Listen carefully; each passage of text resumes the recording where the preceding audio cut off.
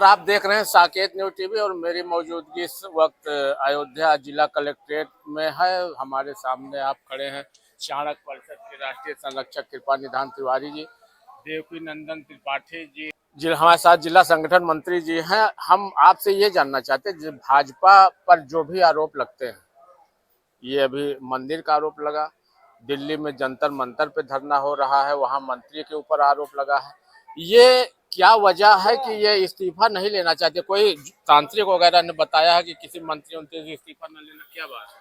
नहीं, जैसे भाजपा अपनी सरकार चला रही है, हाँ। भाजपा की जो गुंडागर्दी चल रही है, हाँ। जैसे आप बिहार का केस देखें, जंतर मंतर की बात आप कर रहे हैं, हाँ। उसको देखें, लेकिन सरकार के कान पे जूं नहीं रह रही है। और इस वजह से 2027 के चुनाव में सरकार को सोचना पड़ेगा। नहीं, हम ये देख रहे हैं कि ये कभी किसी मंत्री का, इसके पहले किसान आंदोलन हुआ था नोएडा में और सालों चला था, तब भी इन्होंने इस्तीफा नहीं लिया था। गृह राज्य मंत्री पर बहुत बड़ा उस पर आरोप लगा था इस्तीफा। ये इस्तीफा क्यों नहीं लेते? कोई तांत्रिक ने बताया है कि ज्योतिषी ने? ये नहीं, ज्योतिषी तांत्रिक नहीं, ये इनका विषय होगा कि या इनकी समझ होगी इस्तीफा न लेना। अच्छा, किसी मंत्री का इस्तीफा ले लेना विकल्प नहीं है, लेकिन उस सिस्टम को सुधार करना वो उसका विकल्प है। जैसे आप आज कह रहे हैं शिक्षा मंत्री का इस्तीफा चाहिए हमें, तो शिक्षा मंत्री का इस्तीफा ले लेने से ये विकल्प नहीं है। शिक्षा नीति में जो सुधार होना चाहिए, या फिर आप ये कहें जो सिस्टम में सुधार होना चाहिए, जो सिस्टम इनकी है भाई इस तरह से पेपर लीक न हो, ये हो, तो ऊपर से नीचे तक इसमें सुधार करने की जरूरत है। मंत्री आज आपने बदल दिया, कल दूसरा मंत्री आएगा वही करेगा। जो जिस विभाग का विद्वान होता था पहले, आजादी के बाद से जब सरकारें आई, कांग्रेस की सरकार थी 60 साल तक, जो जिस विभाग का विद्वान होता था, जिसको ज्ञान होता था, लगभग वही उस मंत्रालय को जिम्मेदारी दी जाती थी। क्या कहेंगे त्रिपाठी जी? बिल्कुल सही है, बिल्कुल सही है। जिसको ज्ञान जिस संदर्भ में हो उसी को जिम्मेदारी आप दीजिए, और अज्ञानी को जिम्मेदारी देने का मतलब बना काम बिगड़ जाएगा।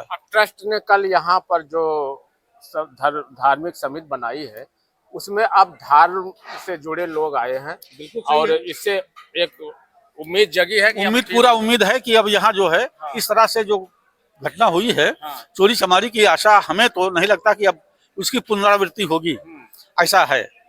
लेकिन अब यह है कि ये सुचारू रूप से कार्य हो और इनको स्वतंत्रता मिले।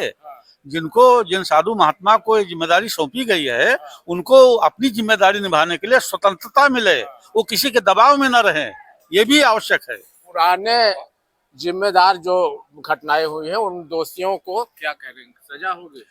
बिल्कुल सजा होनी चाहिए।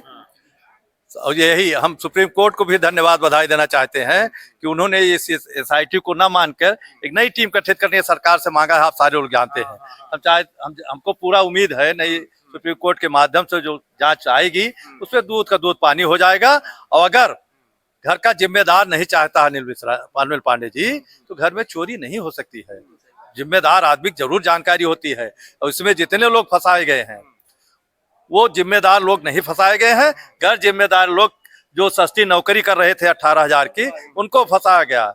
जो लाख 2 लाख 4 लाख 10 लाख चोरी किए हैं और जो करोड़ों अरबों खरबों चोरी किए हैं, वो अभी नहीं फंसे हैं। लेकिन हमको पूर्ण आशा एवं विश्वास है कि वो भी फंसेंगे। और जैसे अभी आपने शिक्षा मंत्री के इस्तीफा आपने किया, आपने देखा होगा पुरानी सरकारें रहती थी, जरा से किसी के ऊपर रेल की कोई दुर्घटना होता थी, रेल मंत्री अपने आप इस्तीफा मांगना नहीं पड़ता था, अपने आप नैतिकता का आधार दे देता था। शिक्षा में कोई बात आती, कोई भी मंत्री होता था, कोई विभाग का, अगर जरा से कोई आरोप आता था, कोई घटना होती थी, तत्काल नैतिकता का आधार शिक्षा। तो ये मोदी सरकार में क्या वजह है कि इस्तीफा तो ये कभी किसी का लिए?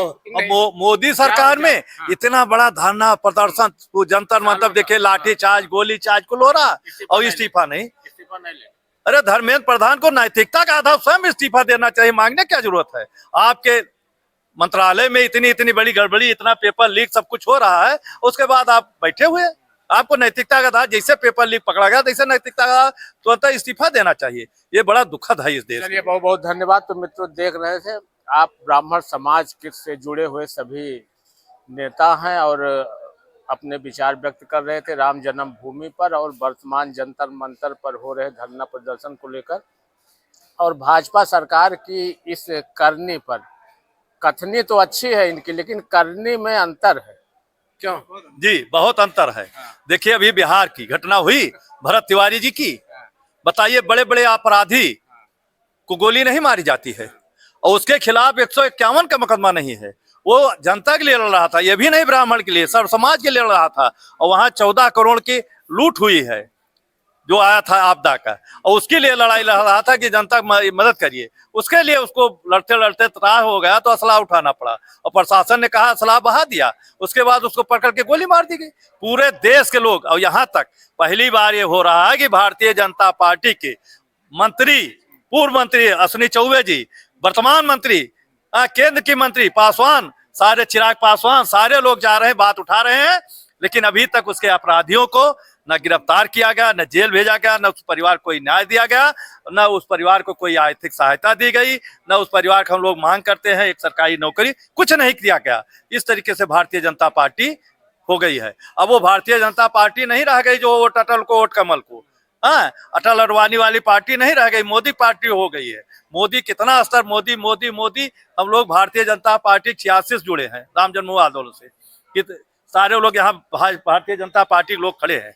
हम लोग रात दिन एक करके उकरे कि सत्ता आएगी। पहले मोदी के क्या लहर चलती थी कि गुजरात का भगवान है, इसको प्रधानमंत्री बनाए, और प्रधानमंत्री बनते पहली सरकार ठीक है, लेकिन ये वर्तमान सरकार कैसे चल रही है कि सवर्णों, जिस सवर्ण ने इनको सत्ता में लाया वही सवर्ण को गला काट रहे हैं। बताइए। बहुत बहुत धन्यवाद आपको। तो मित्रों देख रहे हैं अयोध्या से जुड़े सामान्य वर्ग, सवर्ण और ब्राह्मण समाज के नेता जो अपने विचार व्यक्त कर रहे थे। इस वीडियो में बस इतना ही। वीडियो पसंद आएगी तो चैनल को सब्सक्राइब कर वीडियो को शेयर करिएगा। धन्यवाद।